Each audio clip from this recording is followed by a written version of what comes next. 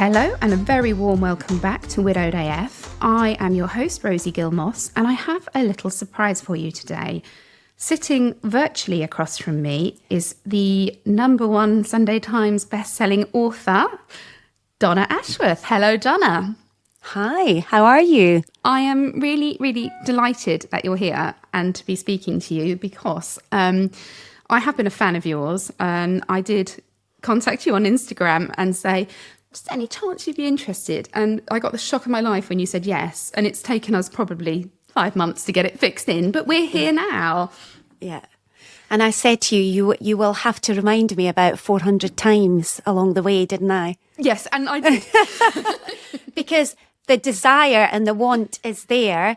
But, I struggle to keep everything spinning and remember. And You've had quite a bit on lately, haven't you? But we all do, don't we? We all do. And the truth is, I struggle to keep it all spinning effortlessly. Same. And I've started being really honest and just saying, I really want to do this. You will never be bothering me if you remind me 10 times. You will just be helping me. So I think please that's do. a really nice thing to do, actually, and probably something I should do because, I was on the way to pick my kid up from school yesterday because he's doing half days, and I got a text through from my friend saying, see you at 12. And you were like, oh, it didn't go straight into the matrix that is the family calendar. Yeah. It's so easy to lose control. It is. It's so easy. So easy. Now, sorry, just to bring me back onto task. Sorry. We'll probably have to do this several times during this conversation. Your books. Now, I've got the two that I have in front of me, which is Loss, which is the one that brought me to you. I found you probably on Instagram or Facebook. Somebody probably shared one of your poems because in the world that I was inhabiting whilst I was freshly widowed, that was the sort of things that popped up on your feed, right? Yeah. And I found an enormous solace in knowing that the feelings that I was feeling had been felt by somebody else. Now, you're not a widow, are you? No. No, and I did double research this because you write almost as if you were, as if you knew the pain of this. I know, and it's something that I get asked a lot, and it's something that I have done my whole life, and I don't know why. And it's not something to sort of be proud of or see as a skill. If anything, it's been a difficult. There's other people like me who experience other people's grief. Yes, and the world's grief as if it's their own, to the point where you physically feel it and you physically struggle. And the terminology I use is very simple, that I go under, and I can go under for days at a time whilst processing something that happened to somebody else. So even from very early childhood, I remember that a news story for me, or a story, that was heard on the grapevine, it didn't just go through my mind as a cautionary tale, it stayed with me. And it became almost part of my story, almost part of my lived experience, which is actually a really dangerous way to live, because we all get our share of the bad stuff anyway. So if you're taking everybody else's as well, where does that end? But the upside of it is that it allows me to put myself very quickly into somebody else's shoes. Yeah. Whether I want to or not, most of the time, it will go through me and I will feel a glimpse, a tiny glimpse. You can never understand someone's lived experience of grief, because there's so many intricate aspects to grief, which depends on how it happened, how your relationship, whether you were estranged or close, or there are so many emotions, guilt and shock and trauma, and so you can never fully understand anybody's position when it comes to grief, but you can certainly find comforts and perspectives. And I think a lot of the time people just need it to be said out loud so that other people who don't necessarily process it can understand. It helps the griever feel more accepted and feel more understood, which is huge in their sort of healing process, I think. I absolutely agree. And I also think that, particularly on Instagram and Facebook, where you've got lovely little mock-ups of your poems and people share them, I found it a really easy is probably not the best way, but a simple way to show the world how I felt without having to articulate it myself. Yes. Because back then I just simply wasn't able to. Exactly. And the one of your poems, Sorry for Your Loss, because it is a trite saying, and I feel sad saying it, but I always do say it when I interview somebody before we go on mic. I always just say I am first before I do say anything. I want to say I am so sorry. Yeah. And it's because you will know a lifetime of what ifs and could have beens. Yeah. And that to me, Donna, is the thing that gets me in my soul, because it's not just me. It's all those memories with the children and all the things that he would have wanted to participate in. And it's those ifs and what might have beens. And you can't stop those from coming. You can't. It's the movie that plays in your mind, the movie of the past, which will play in your mind without invitation over and over again, and the movie of the future, which is ever changing depending on what's happening and what stage you're at, the kids are at, the family are at, the world is at. For me, somebody who's grieving somebody very close to them, it's an ever-evolving grief. It doesn't get easier as time goes on, because number one, you're without them for longer. That's just maths. It actually gets worse. And number two, it depends on everything that's going on round about you and the fresh wave that you can't share that, or they would have loved it, or they would have done this in that situation. It's like a constantly opening wound, isn't it? Yeah. And I was just going to say, everything good has that slight taint of sadness to it. But, and again, I really sound like I'm totally fangirling you here, but... no, not at all. I mean, I'm speaking on your behalf, and you're the one that's lived it. Mine's are all assumptions based on how I think it would feel. Well, you must be some sort of psychic, because... that's a whole other conversation. Is it? Have you seen Ben? Because he's not showing up for me. It's this kind of, maybe people don't want to stop grieving. I really understand this, and I'm not sure if you are aware, but I have remarried, and my husband is also a widower. So I do affectionately refer to them as my dead and alive husbands, which you have to be a certain stage into your grief to get the dark I love humour. that, because that's, to me, that's living, that's life, that's love, it shows friendship and healing and acceptance and humour, which is so important for survival. Yeah. And you've written, and I'm afraid I have defaced your book here because I've circled it so many times. But I'll send you a new one. Well, it's this one's Loss. I've got Hope. Don't worry, there's some coming out from Hope. I've done that one too. And it said, and at the end of the day, it's all just love, and there is no need to banish either. Yeah. And this idea of pain and joy living and existing alongside each other, that took me a long time to accept, because you feel this immense shame and guilt perceived from other people. I'm sure there were a few eyebrows raised, but I certainly didn't have much said to my face.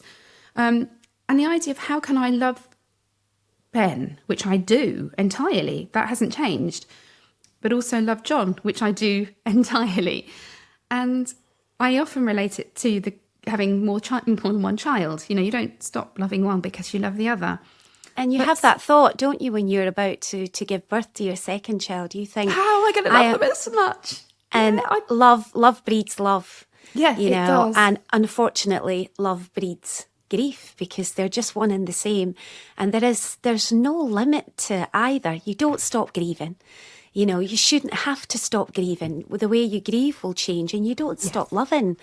And for me, there is more need to love when you're grieving, because that is the only good thing that is, that comes out of grief, is that, that love was so huge. I have such a capacity to love in this life that, of course, the grief is going to hit me like this, because this is the way that I love too. Yeah. And that's a beautiful thing. You should never feel in any way judged by your ability to love, because it's what we're here for. It's the whole point.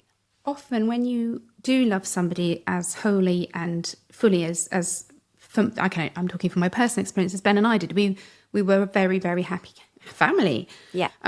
So I know what love looks like, and I know what it feels like. So when the opportunity to have it back into my life came along, of course I battled with myself. Of course I did. You know, with children, what about Ben's mum? What on earth would she say? And eventually, when I told her, which I did by text because I'm an absolute chicken, her response was so beautiful and so compassionate because she's a widow herself. I'm so glad. Yeah, but I've spoken, I think I have recorded 75 episodes now, so I've spoken to about 50 widows, and I can tell you it's not always that positive, the relationship. So I am very lucky. But that comes, that response comes from pain. It comes from when people respond judgmentally or negatively to anything that you're doing in this life to find love or any kind of joy. It's coming from a place of pain and suffering, and they're not healed, and it's difficult to it's difficult to think of it in the moment because you feel attacked and judged. Yeah. But actually, what you're doing is you're continuing that legacy of love for your children. They had that loving family. Why, if you can continue that in any capacity, why wouldn't you? Why wouldn't you? Because they are going to remember that they had it twice, that they have it now, and for me, there is no negatives to that. No. I don't see. Sorry, we thought this might happen a little. Talking over people is my speciality, and mine. It's not the best. It's not the best thing, but for me, it's a love language when people interrupt. Well, it's I have written a poem. It? It's that. Oh my God, I totally connect with what you're saying, and if I don't tell you that now, I might forget, and I might never have told you how amazing I think you are in that moment. So, but it is good to calm it down. We should probably say now we had a little sort of unofficial chat before we clicked mic, and I'm very openly neurodivergent, and Donna said she didn't mind if I meant, because I just said to her, I said, I hope you don't mean my asking you this, but are you neurodivergent? Yeah. And you sort of looked a little bit like, oh, not been asked that before. But, not many people ask me that, yeah. Well, that's probably because you need another neurodivergent to just have the audacity to do it. Spot it. Yeah, absolutely. And I picked up on things in a few of your poems and in conversations I've heard with you when you talk about the words and the prose living in your head for 48 years. And I can so relate to that. And I, like you, love words. I studied journalism at university. I never went on to be a journalist, but that was more laziness. And by discovering spoken word, as I am now, I find a lot easier to do than I do to make the time to write it down, which I think I should do more of, actually.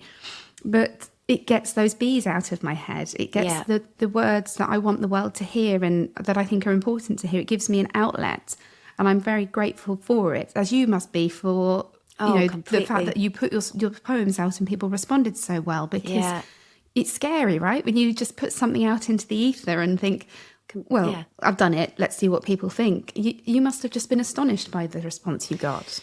I mean, it was slow to get to that point. And for the first sort of 6 to 8 months, something you said earlier resonated with me, that the reason it's easy to share a quote or a short poem on social media is if you were to take to your grid and write something, you open up a whole can of worms, everybody getting in touch with you to say, are you all right? Are you okay? Which is lovely. But you don't always want that barrage of, because it's not that you're not okay, it's that this is your day-to-day lived experience. And so if you use somebody else's words, it's a really safe way of just saying other people are, and look, there's many of us. So when I first started doing it, I had a lot of people looking at me very strangely in my life and saying, are you all right? Are you having some sort of breakdown? And I'm saying, no, this is not today. I wrote this. That's not how I'm feeling today. Rarely do you write things and share them on the day that you feel it. Actually, I do now. But back then I would do it depending on what I thought other people needed. What time of year was it? And maybe people required that, this feeling about being in the middle of winter or in the middle of summer and feeling ashamed of their body. So a lot of it would be to do with what I thought other people might need. But it was difficult to explain that to people in my life. So once we passed that sort of arc where everybody just expected a lot of deep stuff to come out of my Facebook page. Don't worry about Donna. She's just posting. She's fine. It's just, and then I was able to actually own up to it and say, actually, these are my thoughts. This is how I feel. This is how I live. And that's really brave. And it took a while, but for many years, I've been sort of hiding behind this persona of I am super organised, I'm super put together, I'm always right, and I'm a great mum and I'm a great businesswoman and actually, I am a great mum because we all are. If you love your children and you're doing your best, you are a great mum. It's quite simple. But the rest of it was all something that I felt like society needed from me. And if I was perfect, nobody could attack me. Nobody could take me to task. So I was maintaining this facade for a very long time. And now I don't have to. In fact, people, really freeing. People enjoy me now for my imperfectionism, which is a word I've invented. I like it. Just add another ism onto a word. So for me, it has been the most healing journey, being able to take the threads out of my brain and stitch them into a tapestry that people can read or look at and make sense of.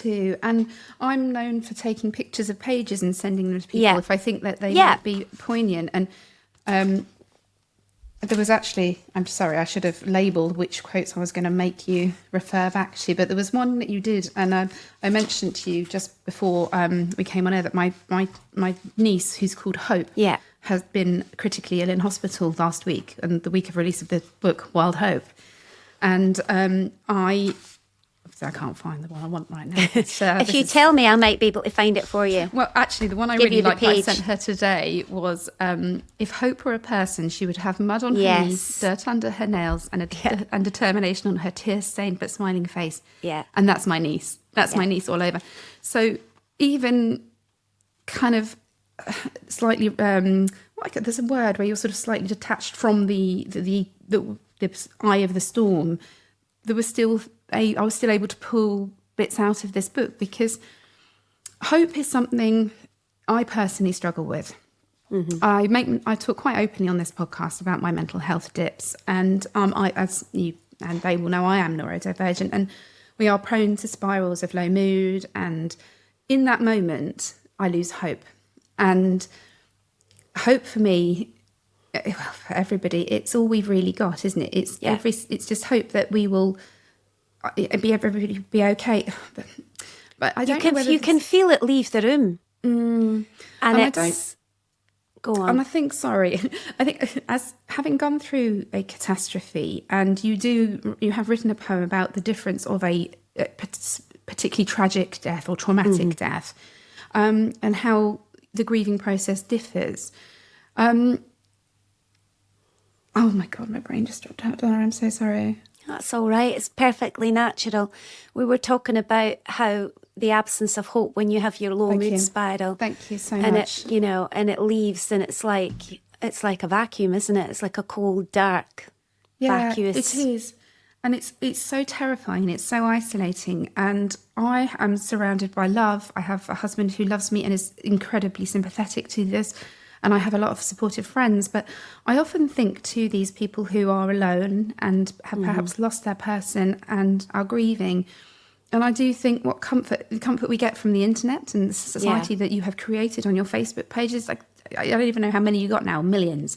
You're like J-Lo. And it's the reassurance that I didn't have to rush through this, because actually losing somebody and never finding them and never knowing what happens, that is not a standard loss. No. And in fact, I've just found it, and it's the sheer trauma of their end. Yeah. And I felt that because I have friends whose husbands have died in awful circumstances, and it's that normal grieving rules may not apply. You know, I'm doing quite a lot of my grieving, and I will be 6 years widowed in March. And I realised through the therapy that I throw myself into every single week without fail. I have had to be walked in the door. I've sat silently rocking, but I go. And I just thought, I think this is what's holding me back. I think this is this knot that's left in me, is that something else will happen. Because once you walk through your life fairly innocently, don't you? There's shitty things happen, but until a real catastrophe strikes, you feel almost like you're invincible. And then you feel like, but now I know what can happen. How can I possibly enjoy what I've got? And there's messages about that in your book as well, that you have to make peace with death and tragedy, and that things will happen that are bad. And that's something that just resonated so much with me, because that's what I'm trying to do at the moment. Yeah. And I mean,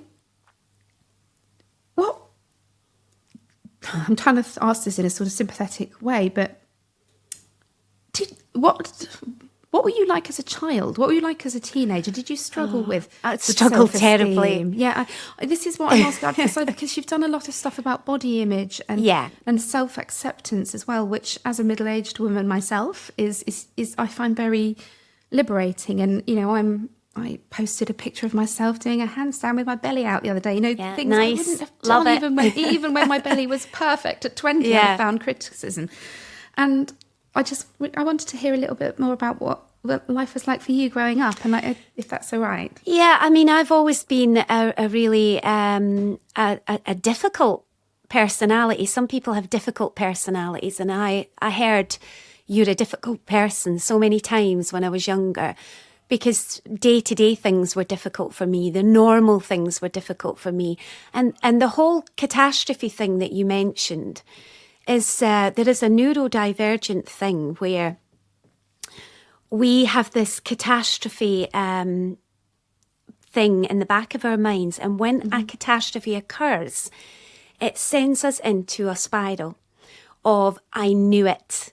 Somewhere in the back of my mind, I knew, and everybody said, it'll be fine. That doesn't happen to people like us. And that was triggered by the pandemic, because so many people, neurodivergent people particularly, but everybody as well, when I knew it. I knew things like this, like in the movies, could it actually come true? And if this can happen, if we can be told we cannot leave our homes, then nothing is safe. And every time there is a new war or a new crisis like we're facing at the moment, out comes that catastrophe, and it's overwhelming, it's engulfing, it's physical, it's mental, it's emotional, it's spiritual, it's completely flooring for many people. So I'm really tingly hearing you say this. Me too. Like, I was Googling best countries in the world to live in last night, because I'm thinking, if this doesn't get any better, I don't want to stay.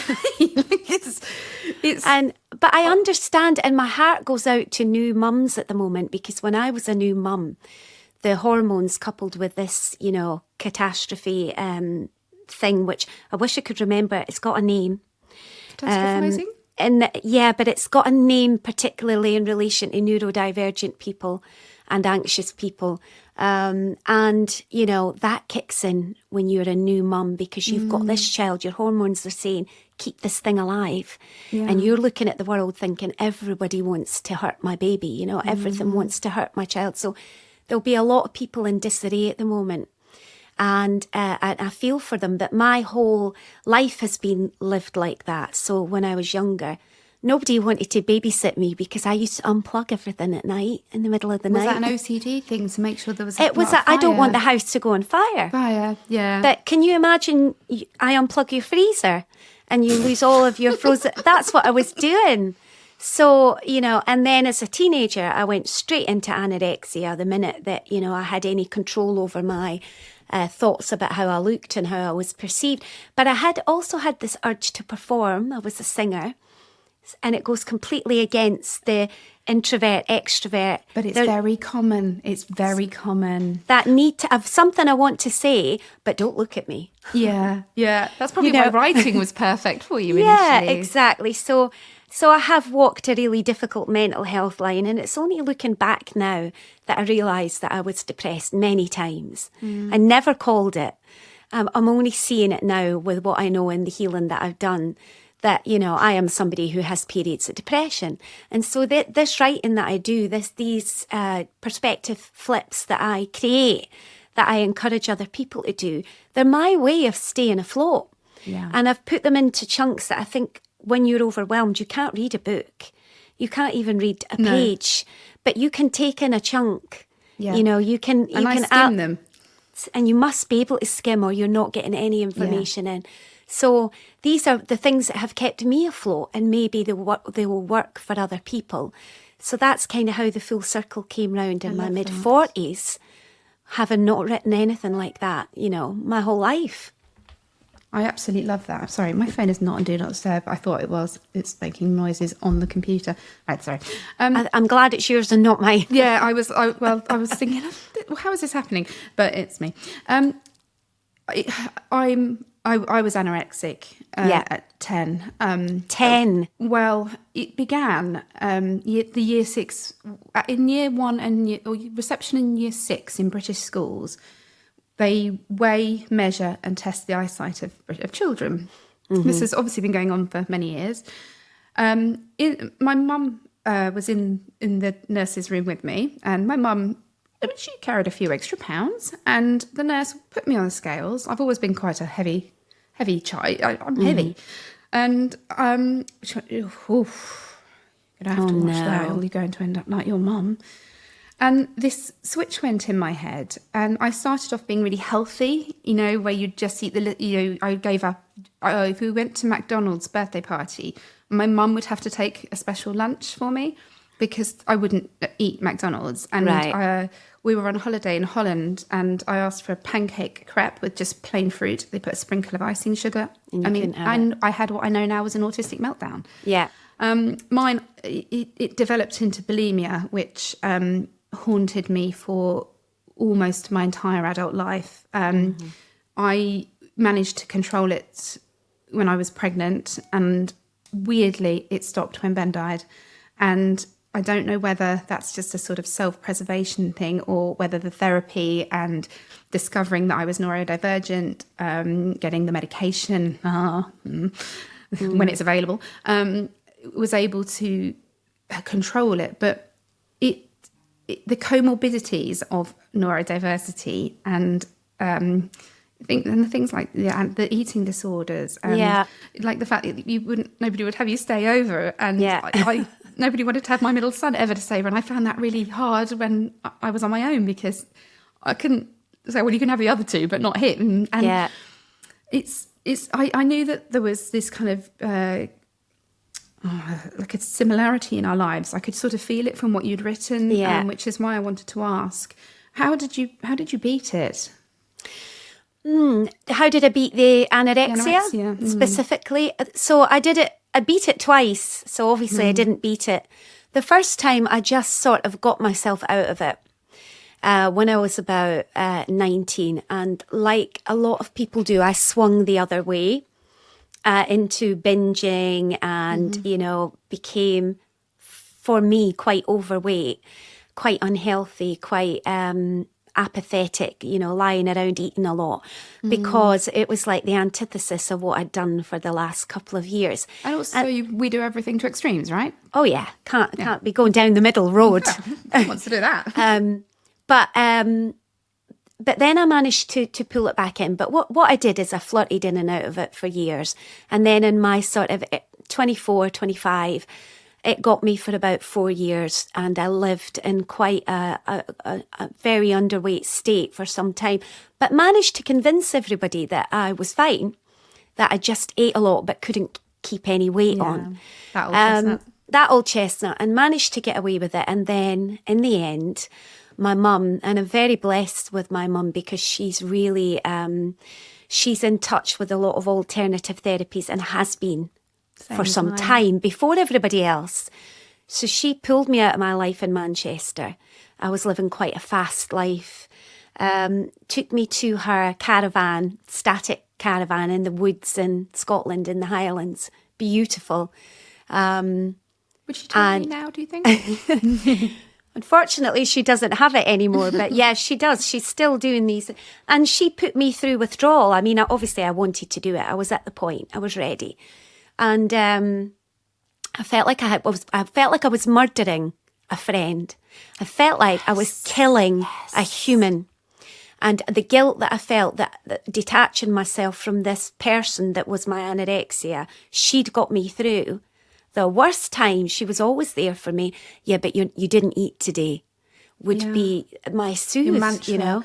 And waking up in the morning with the fear that you did eat yesterday and having and thinking, what? No, thank God, I'm okay. Like a hangover, like beer fear. Yes. You would go through the whole, and the getting up at crack of dawn and running to try and, that not being able to sit still with your fear that you've eaten and haven't exercised. Oh, gosh, it is the worst feeling. Yeah. And exercise for punishment as well. Which exercise, is something absolutely, over-exercising. So I don't do any of it anymore. I eat really for joy and for nutrition, and occasionally I exercise. I should exercise more because it does help my mental health. But that's what I do it for now. Yeah, but I would 100% say that I'm over it. Am I over the feelings of the self-worth attack? No. Will I ever be? No. But you have to keep the watcher. So I watch myself from the outside in to check that I'm doing all right. Because when you're in it, you're in it. But my mum taught me to pull yourself out and watch what's going on. And if you were watching someone that you loved, would you be happy with their state of mind that day?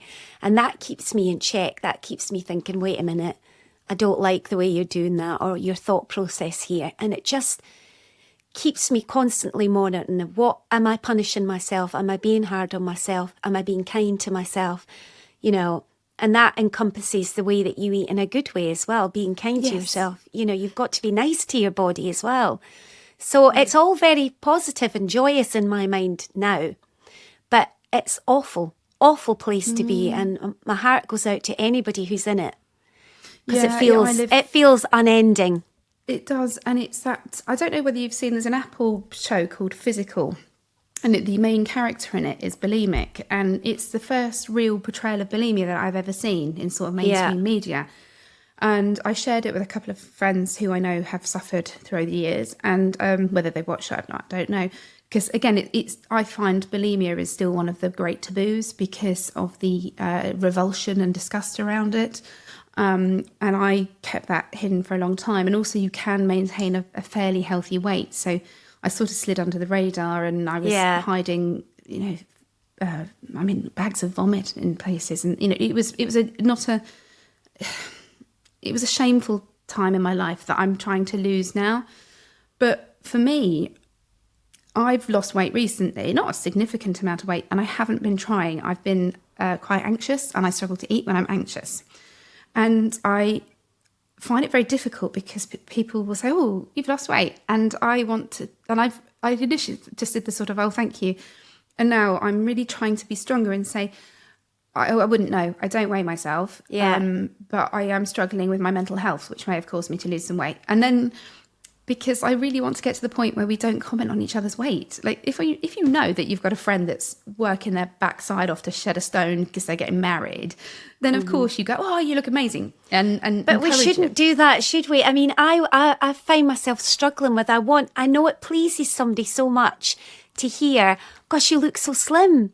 But I try not to do it because, it should be, you just look amazing. You're glowing, you look really healthy.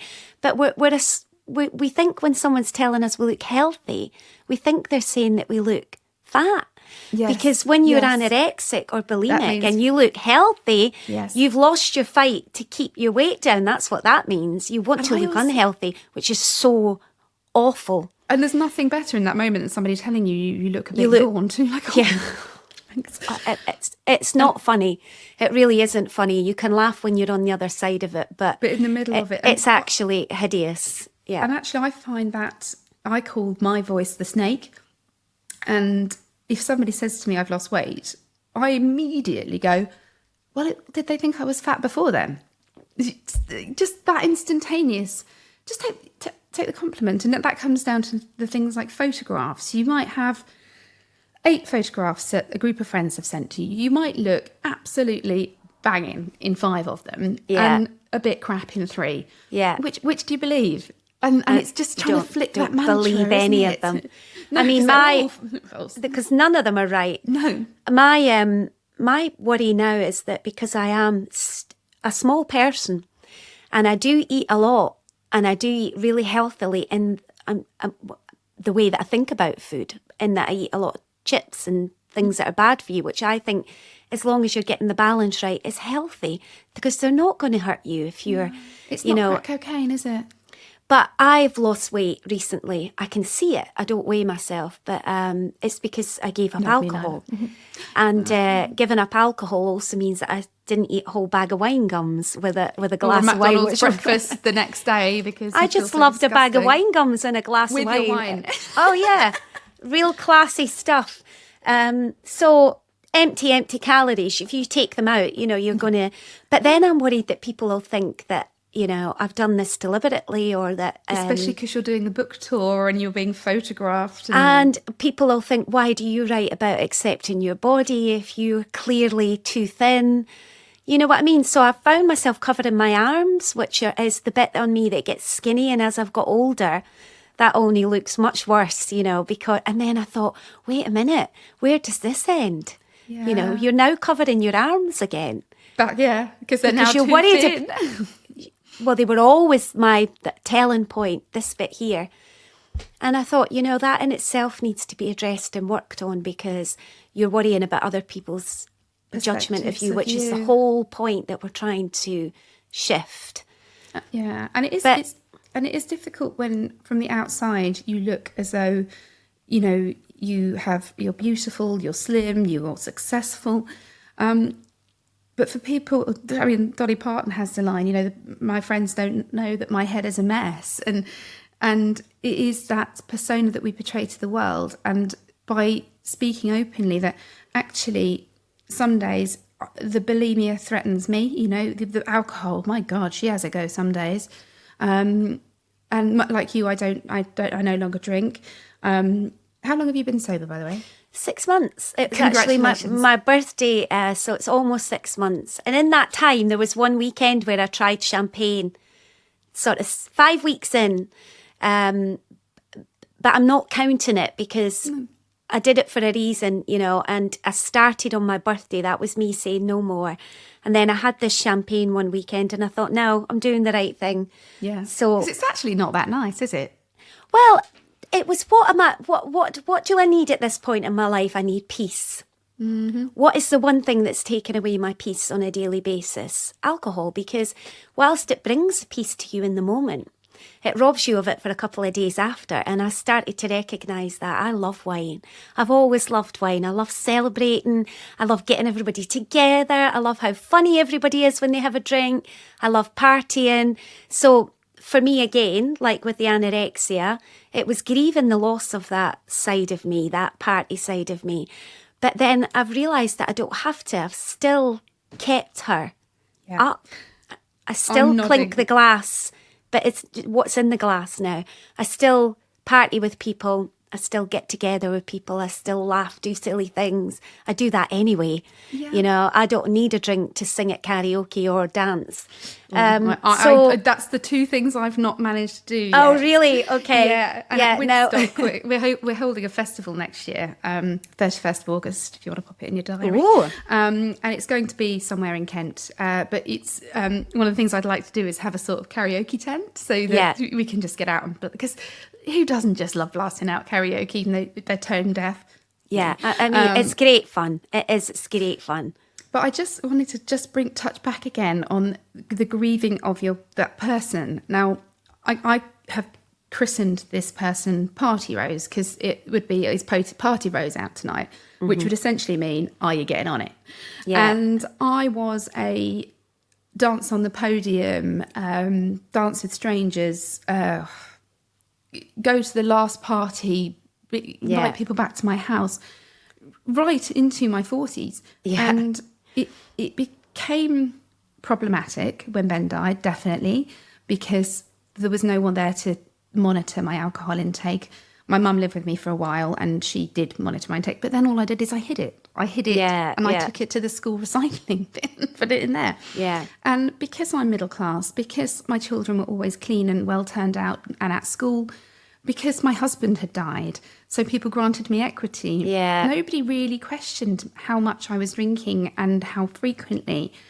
And I guess it was when I got happy again, I realised that I was still doing all this heavy drinking, but didn't really have anything that I needed to blot out. And actually what I needed to do was to face what I was blotting out. And I grieved for Party Rose. I thought everybody liked her, that she was the reason I was popular and had friends. And you do worry about that, don't you? Am I going to be invited? Yeah, well, people think I'm boring. Yeah, I know. And I have to say that the only one thing I've done that would have been enhanced by booze was I turned up too late to a house party and looked around and thought, I'm not going in. To weddings, funerals, raves, festivals. I've survived, quite challenging issues that I've faced in the last 6 months, really. And at no point have I touched alcohol. Yeah. And I've realised now that it just sucked the joy of my children. Didn't get the best of me. Of course they didn't. They got hung over me. And I didn't eat well because I either didn't eat because I was drinking, and then the next day I'd eat an entire Domino's. So there was no balance. I used to take, they used to laugh at me, my widowed friends, because I had this kind of box of vitamins. It was called the Keep Me Alive box. Yeah. And I swear, God, it kept me alive. But you just suddenly realise that actually I want to live. I want to live a long, healthy life. Alcohol directly is linked to, I think it's 42 types of cancer. It's more carcinogenic than I don't know. I'm trying to think of something really carcinogenic now. My brain's dropped out. You're so right, and we're so encouraged to do it. And this is it.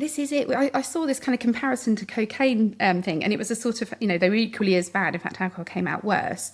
And then at the bottom it said one is illegal, the other one is sold at sports day. Yeah, and it's so true. Yeah.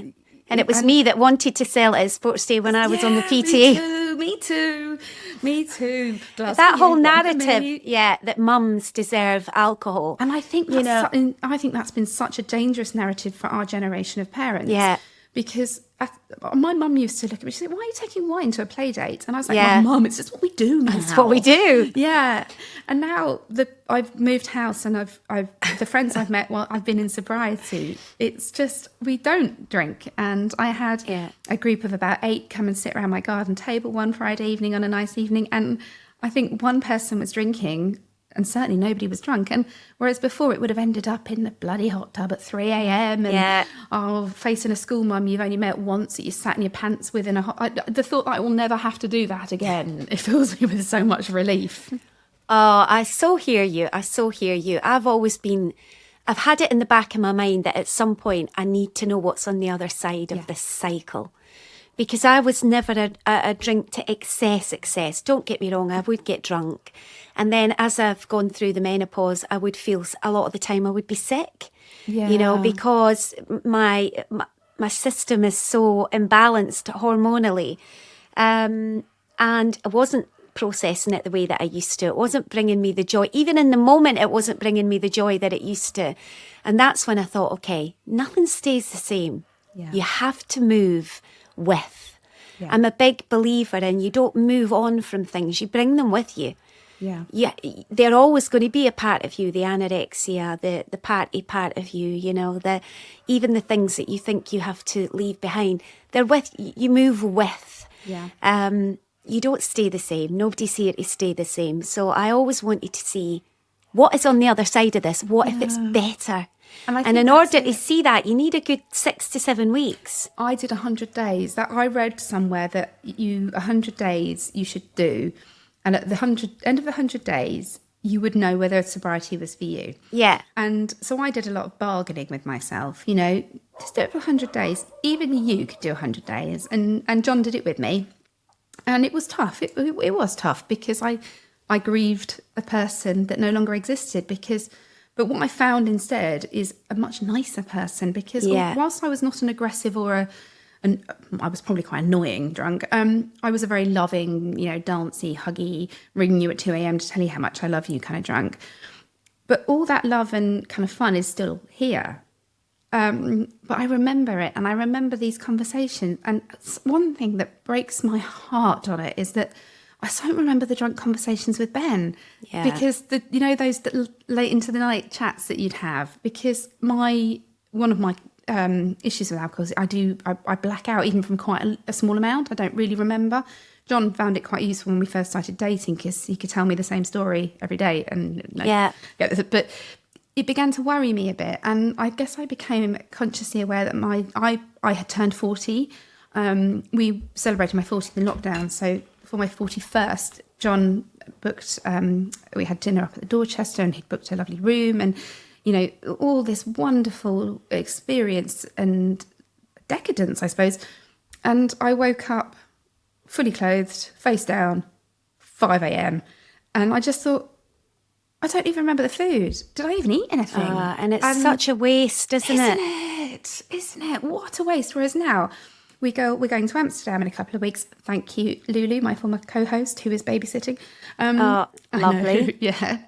And we're going to actually kind of walk around Amsterdam. Yeah. I mean, we'll probably have a muffin, but it's... Yeah. You start to enjoy food in a different way as well. My husband's doing it with me, which has made things 100 times easier. So actually it was me doing it with him. It was kind of the other way around. First. He needed it more than me, bless. He won't mind me saying that. But I've always seen this coming for me in my future, and I saw him doing it, needing to do it, as my golden ticket, my opportunity to grab something that I might never take. So I jumped at it with both hands, and we really appreciate. I'll never forget, and this is a bit of a name drop, but we met up with Barbara Windsor and her partner in Mallorca when we first got together, my husband and I. And so we're going back a really long time, maybe about 20 years. And they were sober. And we were drinking and we had dinner together. And then afterwards, they said, do you want to go somewhere for another drink? We would like to have a dessert. Yeah. And they got so excited about going to this next venue for a dessert. Yeah. And they were looking at each other and they were like, oh, we're going to... And so it was so that we could get a cocktail. And I just remember thinking, I'm going to remember this. I'm going to keep this. The way that they got excited off one another, knowing they were going to go, and that's going to work for me one day. Yeah. And it is working. As a person who has denied myself carbs, sugar, desserts, my entire adult life, I really resonate with this because we such a treat, and you enjoy it knowing that to 2 restaurants as well. I know, and you get to enjoy it knowing that you're worthy on so many levels. You shouldn't have to be worthy for a dessert, but that is the way that our brain works, isn't it? But I also found that naturally I don't overeat anymore because I when I'm struggling I don't eat at all. But I buy those real food protein shake powder things, and I make sure that I have 2 of those at least a day. And it is a middle class thing I'm able to do. But those cook meals, these frozen cook meals, I stock my freezer with those for me and John, because then I know that when I'm not in a good place and I don't feel like cooking, one of those is still a lot healthier and cheaper than a takeaway. Yeah. And so what I'm doing is I'm putting in, strategies, these coping strategies that enable me to get what I need without putting any more pressure on myself. Because believe me, cooking for 4 kids that turn up their nose at anything that isn't beige and battered is challenging enough without then having to come up with a culinary, nutritionally balanced, tasty meal that I actually fancy that night. So for me, that's been a real help. It's like being a friend to yourself doing things like that. You're literally putting things in your future that you will appreciate when you come up to it as though a friend did it for you. Look, I've stocked my own freezer, knowing that I might struggle this week, or knowing that if, and there is a real sort of camaraderie with yourself there. Do things that your future self will thank you for, I hadn't thought of it like that. Yeah, and I try and do that every day. I try and do something in a day that tomorrow me will be really grateful that I did it.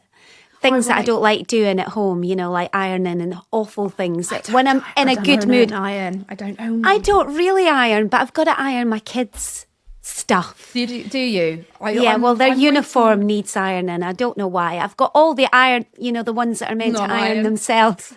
I'm a big believer in hanging straight on for tumble dry and hoping for the best. But yes, I do the same thing. I've got a big blackboard in my kitchen, and each day I write the day, what time everybody needs to leave the house, what time everybody needs picking up, what clubs are on, is it PE kit, who I might be interviewing. Yeah. And that way I have this massive visual reminder. Yeah. And we are a neurodivergent household, so it helps everybody. It really helps everybody. I got timers everywhere. It is about, that's a really nice way of putting it, of showing yourself some kindness, because if somebody I know has lost somebody or they're going through a traumatic time, one of the things I do is send them some cook meals for their freezer. I've done it before. Yeah. I've done it before. And I thought, why don't I do this for me? And they're bloody delicious as well. They're great. And they're, you know, things like that are so... They're not rocket science. You're not blowing anybody's mind with this knowledge, but they're so simple and so practical and so helpful. Yeah. And, you know, everybody is facing something at some point, even when life is calm and good. It's still hard. You're still processing, you know, a lot all the time. And even when, you know, sometimes the weight of your blessings can be heavy. This is you know? I text my counsellor yesterday because we had our session on Tuesday, and I was saying, I don't know even if you're aware, but I've had a big struggle to get my darling, wonderful child into a correct school. Yeah, and it's an expensive school because it's an independent specialist school, and I had to go to KCC and had to go to panels, and it's been long. We had to do that too. Yeah, we've been through that. So you know how hard you fight that war, right? Yeah. And when I got the news that he'd gone in, he'd been accepted, and then I'd watched this brave little bugger walk in, you know, and you just feel so proud of them. And I sat in the car and I sobbed. And now I'm a bit concerned because I haven't got anything to majorly worry about. Yeah. So now I've decided to obsess about my parents dying. They're in very good health. Yeah. But it's like you have to have something to worry about. Yeah, it's that again. It's that even when you're happy, the thought of why am I happy? I should not be this happy. I should not feel this peaceful, because that means, well, you know the part in the movie when everything gets really rosy and you're just sitting there thinking, well, it's not going to stay like this, is it? Otherwise it wouldn't be a movie. What would be worth watching? No. So I find myself watching these movies and starting to get really panicky, knowing that everybody's life is about to implode. But don't worry, it'll come back at the end. And that's what we tell ourselves, that, oh yeah, something's coming, you know. Yeah, and I think that's it. Managing that's all part of, you know, an anxious brain, and managing that and learning to not do that, not allow those, you know, intrusive thoughts, because they are intrusive thoughts, and watching them and pulling them out and writing them down, saying them out loud. Well, this is what I was thinking, because I've started, John and I now, we have he gets up earlier than me. I don't sleep terribly well, and he brings me a cup of tea. Yeah, so does Robert bring me a coffee in the morning. And we sit and we plan the day, and just the simplicity of doing that really helps me. And some days when I'm waking up and I'm really overwhelmed, I have to dig so deep, but I will then walk the dog, or I will go for a run. I use that term loosely, run. We have an ice bath, which we got because we both find that it really helps our mental health, and obviously we're all trying to stay alive, right? Mm-hmm. And I meditate, and I have a network of people around me, but sometimes it's not enough, and sometimes you have to just let it in, let that beast in, sit with her for a while, and it will pass, won't it? It always passes. Mm-hmm. But when you're in it, it feels like it won't. And that's not a nice place to be. And that's why, first of all, I'm a big fan of wallowing. A good wallow is really, I think it's really cathartic. As long as you're aware that you're allowing yourself to wallow, and that you're watching almost on a timer. You know, like I said to myself last night, I'm having a bad couple of days because of what's going on in the world. And I know that this happens to me when evil rises like this, my catastrophic, part of my brain. It's just, I just think I don't like this world, I cannot live in a world where there is this evil. And then I have to go through the process, and then so I said to myself last night, you've got one more night of doing this, allowing yourself to just be like, and it can be really cathartic, but then you have to have an exit strategy. Yes. And your exit strategy is shine the light on it, because anything that's in the dark is in the dark. And the minute you put light on it, it's in the light. It's so simple when you think about it like that. If I say it out loud, the light is on it, you've heard it, you're still listening to me, you're still talking, nothing bad happened. What a weight comes off. If you write it down, it's the same. If you say it 10 times to 10 different people, it's like balloons, it's rising up. The weight is lifting. So the school mums love me, by the way. Oh, I don't see any school mums anymore. I'm in that stage where both my kids, when they're little, you see school mums. They're such a huge part of your life. And then we moved here in a lockdown. So I never really made that circle of school mum friends again, which is a whole other thing, but it's really strange. So I don't see school mums anymore. Otherwise, they would.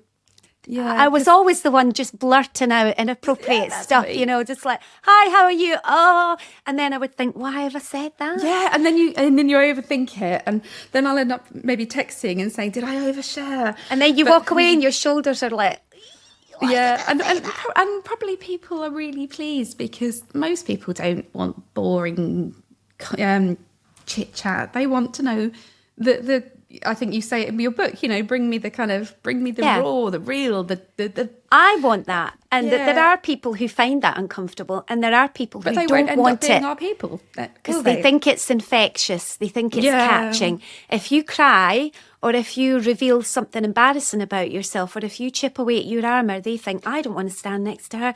That might happen to me, and I'm stitched up so tightly. I don't want anybody in, and that's fine. I get that. I've been there.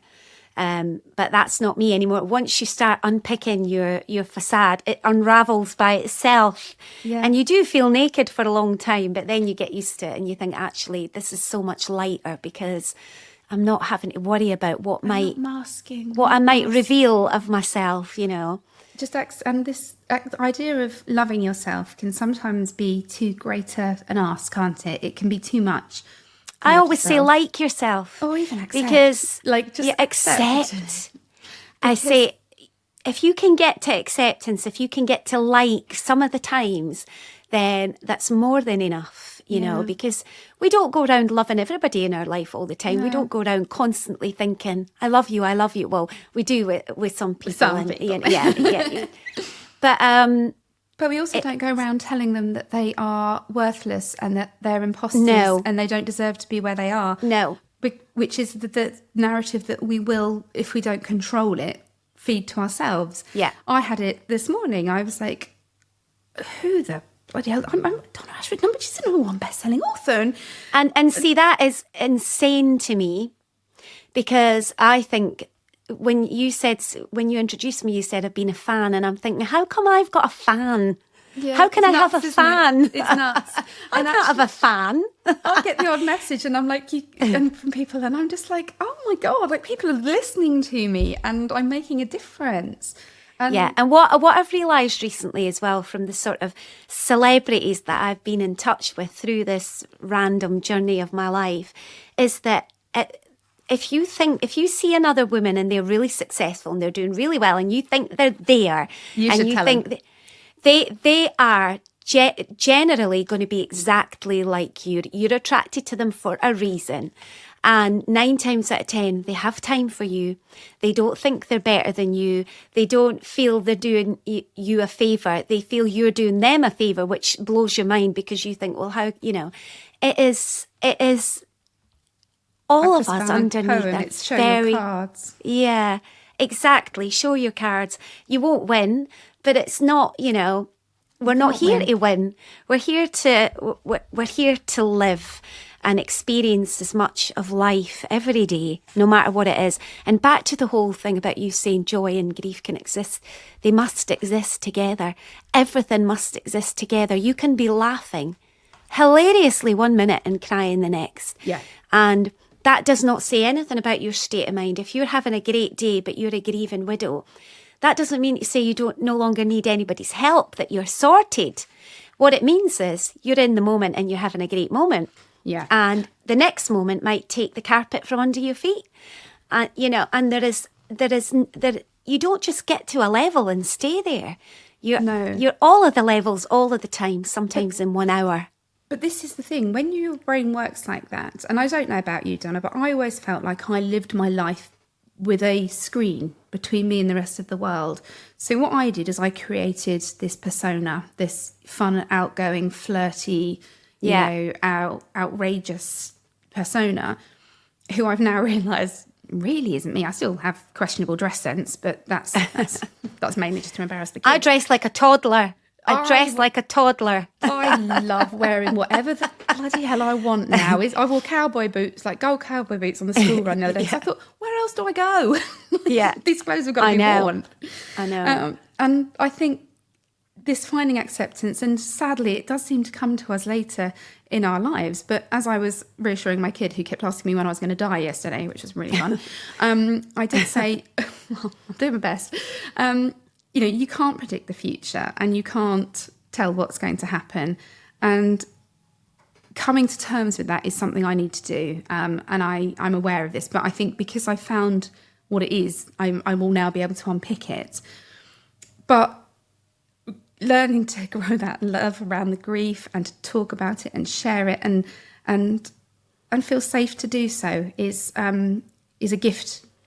And these periods of depression that so many people have, so many of us are so busy masking up, a school mum that I don't know very well, actually. I must have either been upset or I was doing something and she said, "Are you all right?" And I said, "Oh, yes, I'm just a bit anxious. I've got an important podcast to do."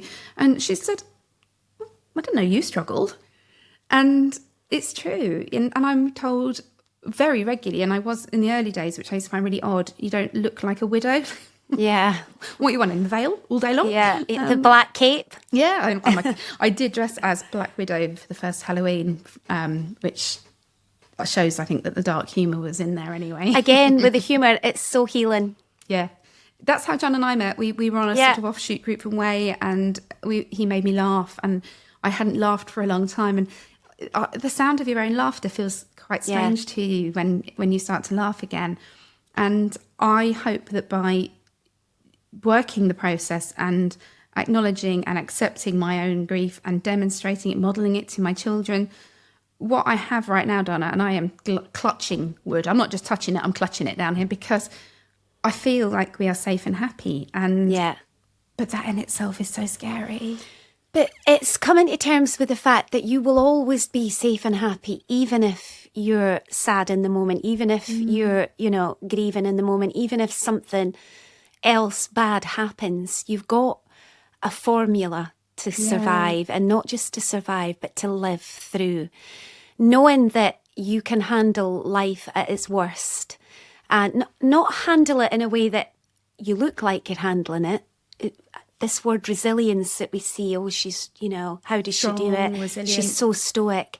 To me, none of that is healthy, because the people that are actually handling it are the people that look like they're not handling it, because they're in the middle of it. They're actually healing through it. You must have positivity, you must laugh, but you must also acknowledge the sheer awfulness of it all and go into it and see it. You can't just brush over it and say, I've moved on. Healing is ugly. It doesn't look pretty. It doesn't look stoic, and it doesn't look like resilience. It looks like, somebody going through all the stages that everybody else doesn't want to have to do. Yeah. But that is life. Everybody gets a share of the good and the bad. And sometimes it looks like more people get more than their share. Yeah, and that feels worse. When you see people and it just keeps landing on them, and you just think, how is that fair? But then I think all happenings are relative, all experiences are relative. So if your brain is wired in a way that things impact harder, then it might not look like you have a lot to suffer through. But for you, that can be a mountain that's hard to climb, and somebody else can climb certain mountains more easily. So it's relative, it's relative. Yeah. It's life. And nobody is getting off scot-free. Nobody's going through, even the people that have everything that you might think you want. If you're not able to grasp the moment and find that peace inside, it doesn't hit the same, it doesn't, you're not enjoying it. And this is what I get quite upset and frustrated about sometimes when my snake hits in, because I look around and I have a beautiful home, I have beautiful children, I'm fortunate enough not to have money worries. I don't, and I look around at my friends who are going through divorces or threats of losing their house. And much like you, I'm a total empath, so I'm just like, oh my God, what can I do to help? What can you? And then I think, how dare I be anxious and worried? But I do think accepting that is part of who you are, and that it's not. If it was selective, rich famous people wouldn't take their own lives. They wouldn't have to go into the priory for drug and alcohol addiction. It doesn't choose. Or you don't choose. It's a completely. It feels like a random. But what I have learnt from the many people I've now spoken to in the grief arena is that it takes work. It takes work. Nobody will do it for you, and time won't do it for you either. No, time won't. It'll stagnate if you're not working through it. It'll just wait for you, and you'll have to do it. Yeah. It is a process. Every day is a process for anybody going through anything. There is work. Nothing of any worth comes easy. Without nothing. You're so right. And I kind of do the dopamine stacking if I know I've got a something that's going to make me anxious. So I walked the dog. I did my 7 minutes in the ice bath meditation, and then I had my sort of upbeat music while I was getting ready. Just all the things I knew I needed to do in order to be able to sit here and talk to you without vibrating. I mean, I do stim quite a lot while I'm interviewing anyway, but you have to learn how to do it yourself, and sometimes that's really tricky. I know. And it's the silly things as well, the little things. A lot of people can be overwhelmed by the thought of meditating in ice baths, and that to me sounds like a week's work. Well done to you. That is a lot. But I'm sitting here thinking, I didn't do any of that this morning, but I lit a candle. Yay! Did you have breakfast? I didn't have breakfast. I had banana nuts at myself and granola and yogurt and all of the good stuff. I put some vitamins in it and powders. And I lit a candle because it instantly brings light in, brings calm. Actually, I have a candle in here. It smells nice. So for me, the tiny little things, can make a huge difference. I'm not very good at climbing mountains every day, but everybody can do something, can't they? The tiny little things that just say, this is just for me. There's nobody else in the house. This little candle, it's only for me. I changed the bedding yesterday. Yeah, which is huge. Monumental, right? I took it all off in the morning and put it into a pile, and I brought the clean bedding out of the cupboard, and I thought, right, I know that for the sensory issues, I ain't getting into that bed unless it's got a duvet cover on it. So I will have to do it. And I slept ever so well. Maybe I need to just launder my bed every day. Well, I do a really kind thing for myself at the moment. And this is all about, self and self-care. Looks different for everybody. But I found a local laundry. It's an industrial laundry for hotels and things that takes all your bedding and then washes it and irons it, and then you go and pick it up. And I just think it's the best thing I've ever done for myself, because I go and get that bedding. And I allocate that money, to the bit. It's so worth it. It's really reasonable. Yeah, it's reasonable. Fighting with trying to dry, king size duvets, and I live with boys. My husband and 2 kids, and we've got 2 dogs. And we've got 2 nephews, and we always have people staying. And so it's the kind of thing that I do for myself. Yep. And I have a little giggle every time I go to pick it up, and it's all flat and ironed, Beautiful. But then still, I don't want to put it on my bed. No, I still have to get myself in gear. I don't know if you're aware of this, but you can also do that with over holiday clothes. So I know I did it this summer. I was in the hairdressers last summer, and I was saying, "Oh gosh, I've got 6 people's holiday laundry to do." And she went, "Why don't you just take it for a service wash? Because there's one in my village." And I did, and it came back, and Why it aren't was people perfect. telling us about this, I that know. it exists? It costs like 2 bottles of wine. Yeah, exactly. And what would you rather have, you know? So I did it at the end of the holiday. I took it all in because that falls on us, doesn't we? And Yeah. doesn't it? And then you've got holiday blues. It's hard to come back from holiday because it's sad. Yeah, and then it it's is. overwhelming. What's waiting for you is like you have to work so hard to get on holiday, to get through in advance a week's worth of stuff. Then you have to come back to an extra mountain. And wash So the things that you never wore anyway. Because you only I know, wore like and 3 things. you know, so these things are, if you can do it, you know what I mean, they are, they're just And it's really also a important. kindness you could extend to somebody. Whilst I'm thinking about this, I'm thinking, if you know somebody who is grieving or is going through a difficult time, if you say to them, right, bag up all your laundry and I'm going to just take up the laundry and get it done for you. Like, what a kind thing to do for somebody. I know. So why would you not do it for yourself? And I so know. by describing it as a kindness to yourself, that's made me think, yeah, actually, that's right. That is what I'm doing. And what a great thing to do for a friend, go and take the sheets off their bed and put new ones on. Yeah. These are things we should all, you know, think about doing. But when you say, can I do anything to help? And everybody says no.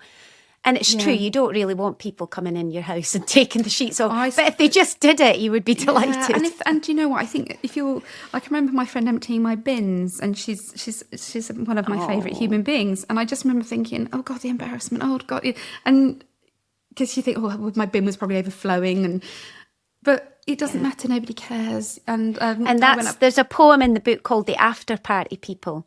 Yes. Lulu's an after party person. She always you can fill tidies up. everybody can fill a party, you know, that feeling of, oh, what if nobody comes to my party?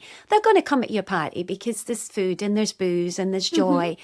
But it's the people that come before your party or stay. Yeah. There's always one of your friends that'll pick up a bin bag. Yes. And they're thinking about what you're going to face and you always say, put it down, it's fine. And these people are so precious and dear in life because they're the ones that'll come when everything falls apart. Yeah, you're so right. And if you've even got one, you're lucky. Donna, could I ask you to read me a poem? Of course. I have given you no warning, but it's quite a short one. It's all right. It's what I do. Tell me the page. Let me just check out this down because I had it down to 2 and I'm now... I can never decide. I'm torn between all my heart and without hope. And I think on the basis that hope is supposed to is so important and so missing in so many of my audience, I think perhaps that's the one I would like you to read if you are happy to do so. I'm very happy to. And I struggled about this one because I write a lot about grief, as you know, which is why we're here. And a lot of the time I feel that I shouldn't say certain things because I don't have the right to. But then I think if people who can say it don't say it, then it stays in the dark and nobody's talking. You know, I've had quite a lot of pushback for my want to read grief poetry on the radio and things like that. Nobody wants you to do it. Right. Too sad? What? Can you do a happy one? And then you think, well, maybe this is a happy one for many, many people because maybe this is the difference between them having a really sad day and their day turning around. So I'm on a mission to bring grief as much into the topic of conversation. We should be able to dip in and out of grief without having put the lights down, change the mood. We're going to talk about grief now. We should be talking about laundering our sheets in one and then about grief in the next. Yeah. That's how it is. That's how life is. Yeah. So I worried about this one because it's quite short and sharp. You can't put all aspects of grief into a poem. You can't do it. That's why I wanted a whole book so that I could talk to people about their individual grief and their individual experience. And sometimes you get kickback and anger from people who say, well, it's easier said than done. Of course it is. Oh, everything I have is the same issue, and I feel like people go, "Oh, well, you know, you can afford an ice bath," and I think, well, a cold shower works as well. Like you cannot, and that's something as a people pleaser I find very difficult because you cannot please all the people all the time. You can't. And trying not to be dismissive around grief is hugely important for me, because the last thing anybody needs is to feel dismissed and, oh, if you're not handling it this way, you're not doing it right. But they're short quotes, so you can't put everything into it. And this one is speaking very strongly to a certain stage, or people who are in a certain part of the grief. Yes. And it's called Without Hope. Without hope, grief will surely steal your life. Without believing you will see them again, that they still exist around you somehow in energy, that their love is fueling yours, grief will make a wasteland of your world.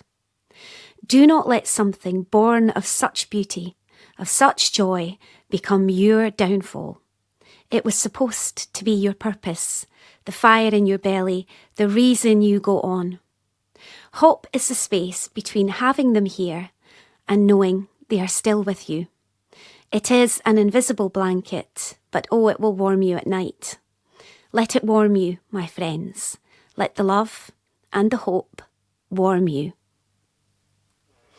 And it's funny because somebody said to me the other day on a post that they couldn't get their head around what does happen after we die. What if you don't believe? How can I know that they're at peace? How can I know?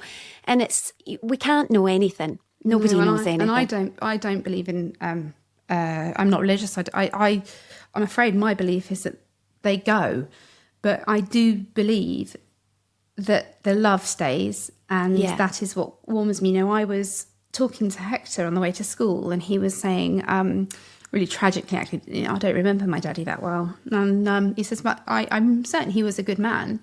And I said, my darling, he was the best man. He was a wonderful man. And I consider myself very lucky to have been loved by two, in my opinion, the two best men in the world.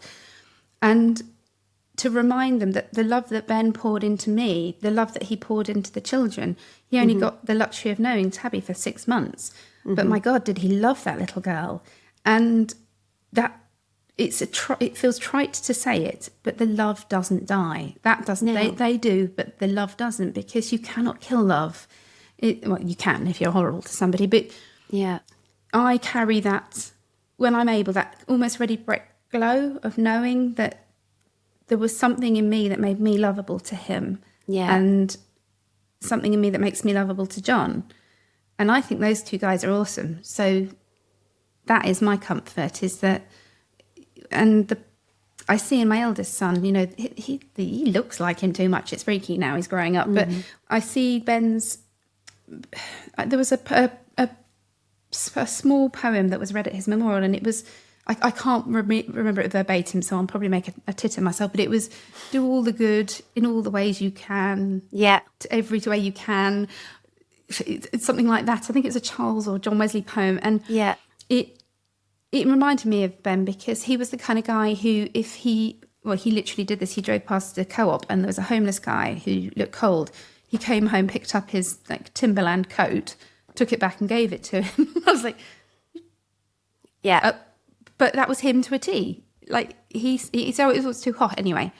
And John is very like that. He's an empath like me. We care very deeply, and we make a very good team. But to allow myself to find hope and to continue to live my life was one of the hardest things I ever had to do. And I made a promise to Ben. I made it publicly at his memorial that I would show the children that there was still a wonderful world out there. And I would bring joy and happiness and love and laughter into their lives. And I genuinely believe that I have. But I can see that you are, and you're so inspirational. Honestly, you really are. I mean, hats off to you for the way that you are showing up in this world with what you've been through, and knowing the help that it will bring other people, knowing the hope. Because what is hope? It doesn't exist. It's not a thing. And can you share it? Can you grow it? Can you manifest it? Is it contagious? It's magic. Hope is magic. Whether you believe in life after death, or whether you believe, like I believe, that energy is real and that people exist within you, and their energy that was theirs is still there. It's in the children. It's that love is an energy, so therefore it's part of them. the hope and the love will make life happen. It will make life continue. It will literally warm your freezing cold bones. And without it, what is there? What is left without it? You know, if we just say that's it, there's no more, and I can't do it again, and I can't recreate it, and I'm not having my heart broken like this again. Therefore, you know, this is me. I'm just going to live like this now and protect myself. Then it is a wasteland of a world and a life. I remember saying to my parents, I'm just going to exist now, aren't I? Like, I'm just going to exist, get the kids through, and then I'll just be this kind of, cat lady probably.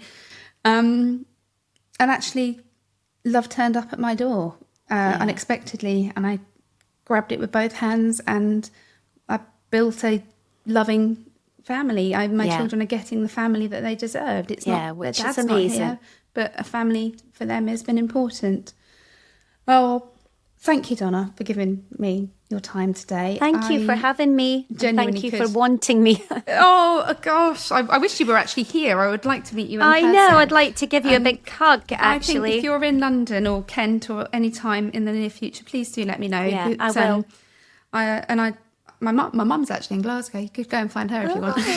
She's It's the second best thing to meeting you, isn't it? If it's anything like my mum. It's she's a powerhouse. I think without her, she's the one that has dragged me through some bloody dark periods of my life. And I did a podcast with for ADHD mums, and who were wonderful, by the way.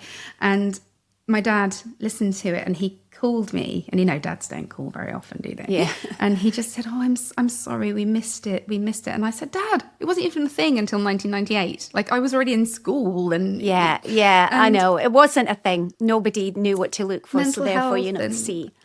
But just knowing what we know now, and I think like you and I are talking about our own mental health and the difficulties that we went through as teenagers, as children. Because I look at my daughters, and I think, if I can protect you from any of that, then I will, because I just think we know more, and we have... and the protection comes in the acceptance. Yeah. You know, that they know that they are safe and that they are loved, and that they can talk about it, that you're talking about it, that there's help, that, you know, that is huge. Yeah. And I think the reassurance as well, again, like that ready, break, glow, you just layer it on them.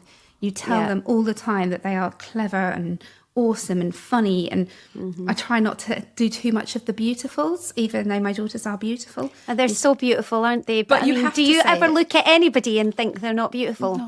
No. Never. No. Humans are beautiful. The only time people become unattractive to me is when they are unattractive in personality, when they're lashing out. And even then, sometimes it can make them more beautiful, because you can see where it's coming vulnerability. from. You know, they are so beautiful. And all of my friends are so beautiful. And everybody that I meet, you know, this world is full of beautiful human beings who they don't know that they are. This, actually, as I was pulling out of my drive yesterday, a lady was walking down the road, and I just completely impulsively wound my window down, and I just went, I know this is weird, but I love your outfit. And you could just see this buzz on her face as she walked off. And I thought, tell people. Yeah, I do that all the time. And it happened to me twice in London last week. Two complete strangers who didn't know who I was or anything like that. Well, maybe they did and they didn't tell me. It just told me something really nice about what I was wearing, lovely, and it's like, oh, I wanted to stop and say, I do this all the time. Yeah. And it's so nice that you've done it back. Yeah, but I see it happening more and more. Yeah, I think we're getting less sort of British about these things and being a bit more demonstrative. Yeah, definitely. You have been an absolute delight, as I fully expected you so would have be. You. And thank you for sharing so honestly and rawly your own personal experiences and battles, because this is kind of what happens here, is people do tend to tell me they're more intimate or darker things, and I'm glad that you felt able to do so. And I have sent copies of Wild Hope to people, and thank you. I actually have a copy of Loss in my daughter's bedroom. She's an avid reader. She's only 6. I used to ask for boxes of books for Christmas and stuff. Yeah, me too. Total nerd. Me too. But I keep it in her bedroom because she's the one that has the least connection to her father. And I hope as she gets older, she may pick it up and just refer to chapters, to pages within it. What a wonderful thing to have that in your bedroom and in your knowing that there's nothing. You need, this is a really serious book and a really that's not. It's if you feel like flicking it open one day and that seed will plant itself in somewhere and grow, and that can only ever be a good thing. I'm really grateful for you for doing that for the sake of the next generation and not just your own family and everything. In my books, it'll change slowly but surely. Change, yeah, absolutely. Yeah. It's all changing, and that can only be good. And we say both, as the state of the world scares us, but I think whilst there's people like the empaths and the people who care and the people that hope and the people that dare to love, that there's still hope. There's always hope. And the empaths, it's so easy to try and avoid. But if all the empaths avoid, then that light source, that source of hope and help has been switched off, and the world needs. So the people who feel it really, really hard, it's difficult, but you must keep feeling it and looking at it and processing it and fighting against it and creating more of your good stuff and more of your hope and more of your action. Because if we don't, then the balance will shift, and the balance must always stay in the good. It has to. It's good versus evil. Good, it has to be higher. It has to. So we have to keep that bleeding heart, and it's just breaking and rebuilding. Get little bits. I also have, you'll like this one as well. At the back of the toilet door, we have the tiniest downstairs toilet, and I put up a poster and it's got it's women in history. I think it's from those Little People books. It's got Frida Kahlo, love those, and Ada Lovelace, and so do I. There's a big one that I love it. And one of them is, we can't all make enormous changes, but we can all make small incremental change. And I think that small incremental change is a lot less scary than big change. And it's so impactful. Those tiny little ripples all join together and make one big wave, and one big wave makes 10 waves, and 10 waves can change a coastline over, a period of 10 years. If everybody keeps their little world full of beauty and hope and joy, and when I say beauty, I don't mean aesthetic beauty or nice cars. I mean plants that are growing and and good the deeds fake ones that are, plant, Donna, because I'm a bit of a plant. I've said that, and I am the worst. I cannot grow plants, but my mum can, and she does my share, and I'm really grateful for that. But you know what I mean? It's the cultivating the world that you want to see. You can make that in your bubble. Yeah. And that spreads to other people's bubble, and that is huge. So if you're feeling overwhelmed, start by the tiny things round about you. Make your bubble beautiful in the way that you think. Lead with kindness. Thinking kind thoughts scientifically changes your brain, changes the chemicals, changes what's happening in your body, and it's contagious. And the brain is very powerful, isn't it? Because so powerful. You think when you have these dark thoughts, well, that's my brain. But actually, for example, I'm again referring to myself because that's all I can really. I did not want to get out of bed yesterday. I do the walking bus on a Wednesday with my high-vis jacket on. Okay. And I knew I had that responsibility. Now, there has been a Wednesday when I've been unable to do it, and John has stepped in for me, bless his heart. Yeah. But I lay in bed staring at the wall. I don't want to do it today. I'm going to cancel. And I realised I had the power to get out of bed. Yeah. And to get the fuck on with it.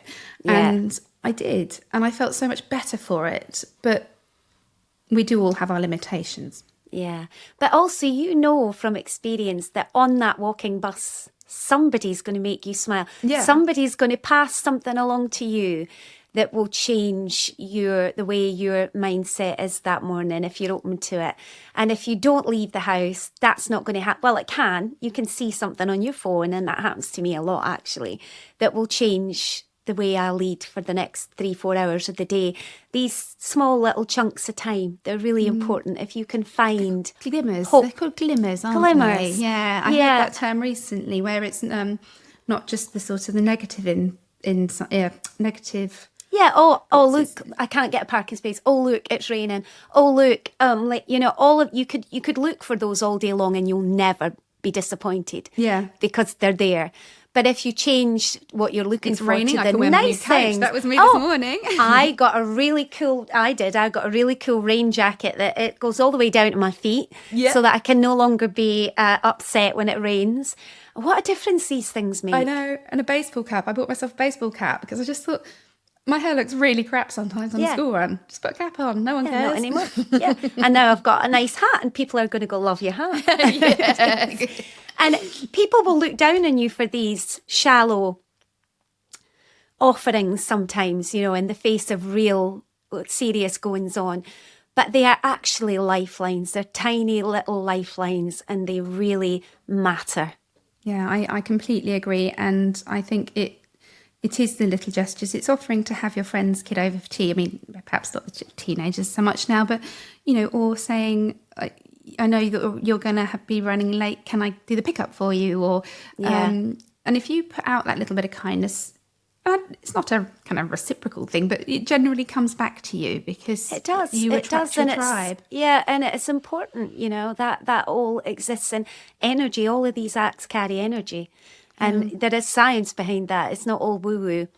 There is actual books that from scientists that will explain how thinking kind thoughts and leading with kindness actually creates. Well, Roald Dahl had it nailed, didn't he, from the beginning? Yeah, you know, I mean, you think he's good thoughts should be beautiful. Yeah, and it's so true.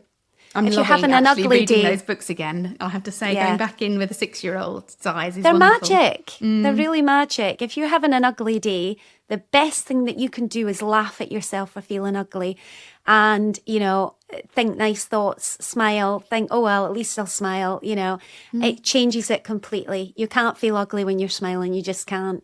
That's lovely. That's lovely. And actually, I shall bear that in mind next time I catch an unexpected. You know, when you walk past the shop and you're like, oh.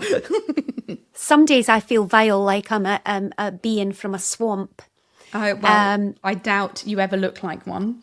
But I feel like that consistently, actually. I have to work really hard at it. There are things that I've found, like looking for physical features that remind me of my gran or my mum or my dad. And so you start picking away parts. So I do this. I'll find, in a picture, you know, I'll look at a photograph and I'll be like, oh, okay, my belly looks nice in that. What? And then I'll go through the rest of it, legs, arms, neck, and trying to find fault. And I'm really trying to stop it. And doing this on camera, I just... Yeah, I have to not look anymore. My sister gave me some great advice. She went, just don't look. Yeah, and it's the best advice, isn't it? Just don't look. Because nobody else is looking for those faults the same way that you are. No. There's no joy here for me to look at the way that I look. So I'm going to listen to my voice instead. And then I thought, oh, you sound really nice. I don't normally think that I sound nice. Who does? Yeah. So I let it go. I just thought, that's out there now. It is what I look like. Just from one angle in one moment in time. But I don't think anybody else is seeing what I see. Because we know send a reverse camera selfie. You know, when you get an accidental reverse camera selfie, and sometimes I save them just to laugh at myself. Yeah. Because nobody really sees me from that angle, and I did show it to my husband and say, I'm not actually this ugly, am I? I know. Just reassure me. And isn't it funny? And if everybody did that and actually said it out loud again, it totally takes away the feeling of, do I really look like that? The answer is you don't really look like that. Nobody sees you like that. No, and we all see each other differently. And in the people that you love. It's why you can fall in love with someone and then find them more and more physically attractive. And like people that I might not have thought were, you know, stand out pretty women, particularly in my eyes, are now the most beautiful people because you love them and they're good people. I know, and they get better looking the more you look at them. Yeah. And what a wonderful thing that is. Men get better looking the older they get as well, don't they? Yeah, they do. Because they're not worrying. No. I think a lot of that, again, is thought process. Oh, what happened here? Hang on. Are you still there? I'm still here. Something strange has happened. But I'd keep picking up the conversation. I'm so sorry what you were trying to get. No, don't be silly. I'm just trying to get rid of whatever weird things. Oh, there you go. Some weird thing popped up on mine. No, not at all. I'm happy to talk all day, but I'm aware of keeping, you know. Yeah, I do need to go anyway. So, but it has been one of the most enlightening and enjoyable conversations of my career so far. So thank you for this. Hurrah. And also, you will know yourself that by agreeing to do this for me, you will probably give me a boost, which I could do with. I hope so. You know how hard it is to get recognised because I'm not famous and I'm not good at TikTok and Instagram. And I think when we do, because I'm doing a relaunch and I'm going to do a podcast under my own name, which is going to cover lots of different topics alongside with WAF. I've got a lot of things to say, but I think I'm going to have to get somebody else in to do the marketing for it and things because it's hard. Yeah. It's really hard. Yeah. And some days I feel like I'm doing great. You know, you give yourself and you go, oh, look, and then the next day you think, I've so much to do. I'm nowhere near what and it's a constant battle. So if you're enjoying the process. Well, this is what John said. He said, what you love is sitting in front of a microphone, talking to people. Yeah. And therein lies my skill. So I'll focus on that. His is a business brain. So he will focus on the business side. And even just acknowledging not your flaws or your faults, but the things that you just can't necessarily do yourself. Yeah, what's your time best spent doing? You've got kids, you've got, a busy life. The job that you're creating for yourself, if you are creating it, has to be one that you naturally lend yourself to and that doesn't take from you. Writing doesn't take anything from me, it only gives. So there are a few elements of it that take from me. The self-promotion, is always hard. Yeah, this is the stuff I think I struggle with, yeah. But you have to do it. You have to let it go and you have to let go of the feelings of shame, of asking for help and reaching out to somebody and saying, I would love for you to share me. And, everybody feels the same. And actually, when I reached out to you, that was like a leap of faith. And I didn't think you'd say yes in a million years. But if you don't ask, you don't get. And you don't get. And, I'm admiring of what you're doing. I think it's absolutely brilliant. And I've reached out to people before. If you start to look at followers, don't you, and somehow think people are, because they've got more followers, maybe that means they're better than you at what you're doing. And actually, it's nothing to do with that. You can buy followers. You can buy followers, apparently. And if I had, I'd had more than I've got, so you can tell I haven't. Yeah, but they're not any use to you, are they? Because they're not. No, and I would rather speak directly to my tribe, to my people. And say I have 1,000 followers on Instagram. Well, that's 1,000 people that are genuinely interested. And we know that we're getting 50,000 downloads now. It's insane. We know, which is amazing. It's such a competitive industry. And my dad's a journalist. He worked for TVM and then Sky. So it's the broadcast is in the blood, really. But he was sort of saying to me, I just don't understand how you can get your voice heard when there's so many, because it's such an easy way. In a way. And how are you doing that?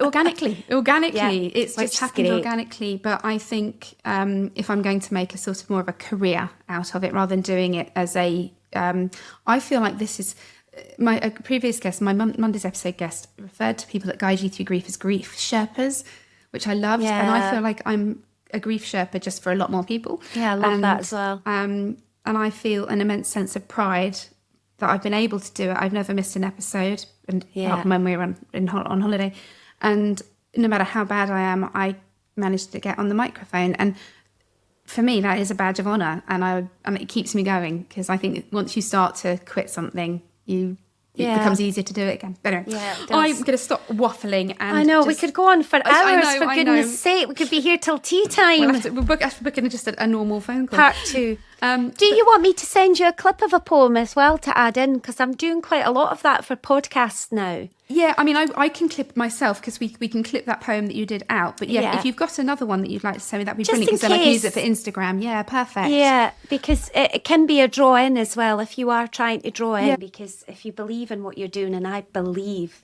in the simplicity of what I'm doing, the simplicity of my words, and not trying to be revered as a writer or a great mind, but as a communicator of messages. It's accessible words. You have to believe in what you're doing particularly, don't you? You have to. And this all comes down to that really cringy word of authenticity. If you are true to yourself, and because I felt like I had no opinions, that I was just this kind of void.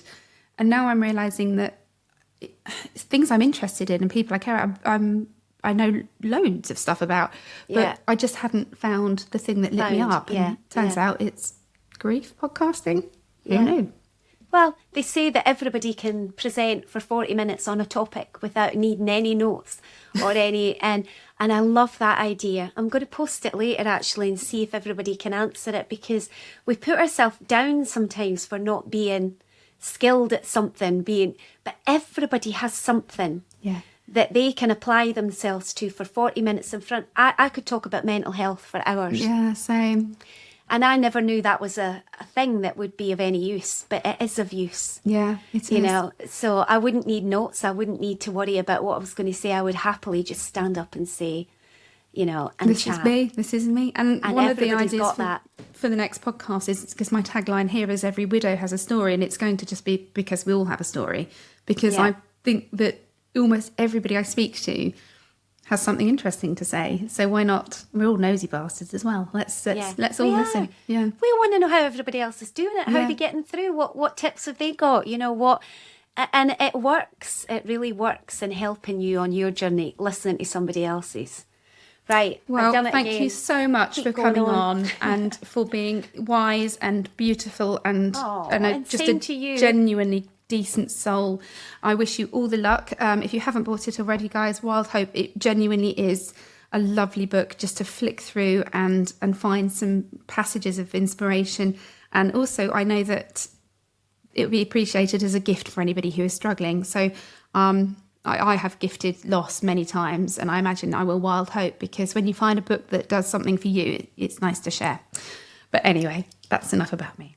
Thank you so much for listening today. John and I don't actually know how this one will go out, so this could end up being edited out, but we will be back with you soon. And for now, please just take really, really good care of yourselves and of each other.